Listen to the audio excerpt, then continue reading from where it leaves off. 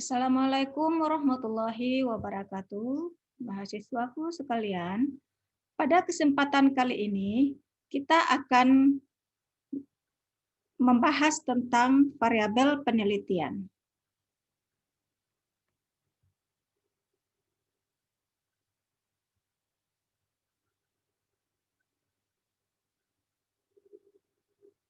Setelah kita menentukan atau merumuskan topik, menetapkan topik, lalu kita akan menetapkan variabel penelitian.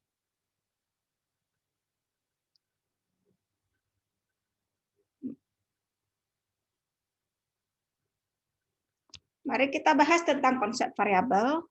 Kalau secara bahasa, variabel itu merupakan sesuatu yang berbeda dengan yang lain. Menurut Sugiono 2013, segala variabel itu dianggap sebagai segala sesuatu yang berbentuk apa saja yang ditetapkan oleh peneliti untuk dipelajari sehingga diperoleh informasi tentang hal tersebut. Kemudian ditarik kesimpulannya. Berarti variabel adalah sesuatu yang kita teliti. Kalau menurut Bonstats, variabel adalah karakteristik dari orang, objek, atau kejadian yang berbeda dalam nilai-nilai yang dijumpai pada orang atau objek atau kejadian itu. Jadi lebih fokus kepada karakteristiknya. Secara umum, variabel merupakan kelompok dari beberapa atribut atau karakteristik atau kualitas suatu objek.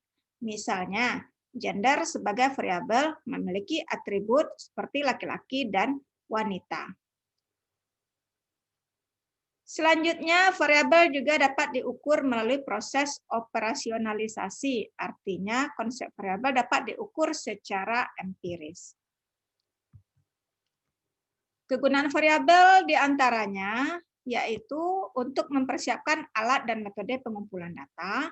Di samping itu juga untuk mempersiapkan metode analisis pengolahan data dan juga untuk pengujian hipotesis. Tipe variabel ini macam-macam ya.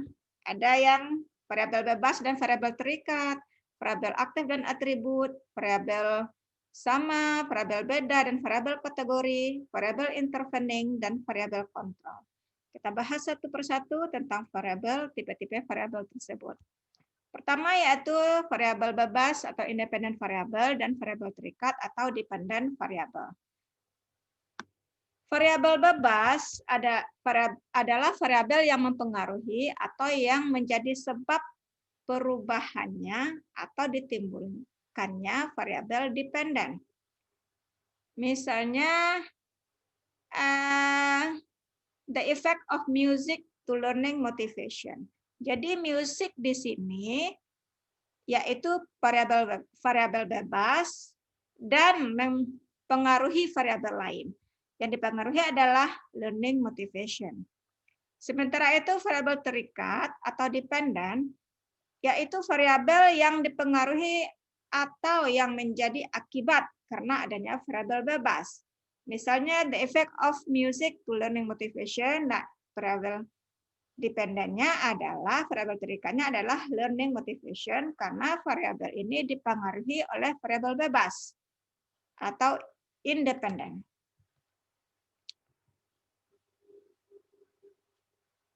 Tipe selanjutnya adalah ada variabel aktif dan variabel atribut.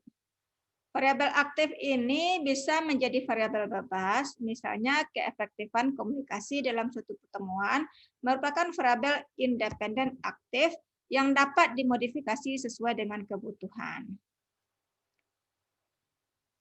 Nah, sementara itu variabel atribut yaitu variabel yang merupakan karakteristik suatu subjek yang tidak bisa diubah. Misalnya umur, keyakinan, dan berat. Nah, kalau ini ada contohnya, the effect of age on students' motivation in learning English. Nah, the effect of age adalah atribut ya, karena karakteristiknya tidak bisa diubah.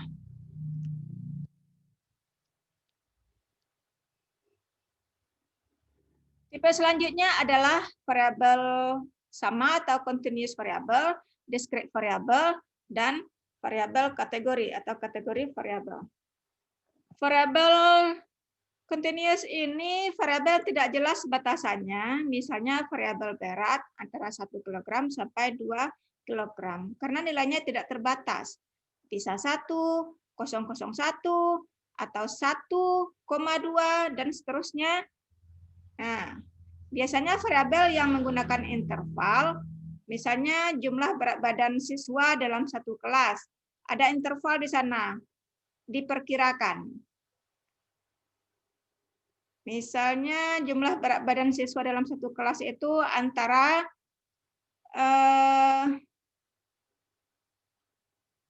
berapa kilo, bisa jadi puluhan kilo, ada intervalnya. Sementara itu variabel discrete, yaitu variabel yang memiliki nilai yang jelas dan pasti. Misalnya jumlah siswa dalam satu kelas, jelas berapa orangnya, 3 orang, 4 orang, 5 orang, nggak ada 4,5 atau 5,5, karena jumlahnya sudah jelas. Selanjutnya variabel kategori, pengukurannya hanya dengan membedakan kategori, tidak bisa melakukan ranking terhadap kategori. Misalnya pengkategorian laki-laki dan wanita.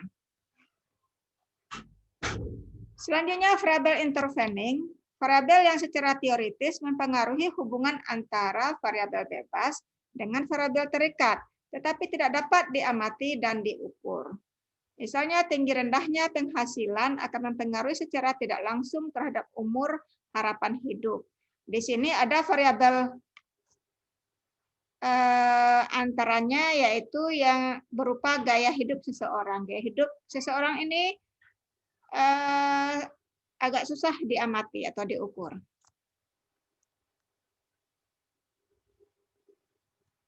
Selanjutnya variabel kontrol. Variabel kontrol adalah variabel yang dikendalikan atau dibuat konstan sehingga hubungan variabel bebas terhadap variabel terikat tidak dipengaruhi oleh faktor luar yang tidak diteliti.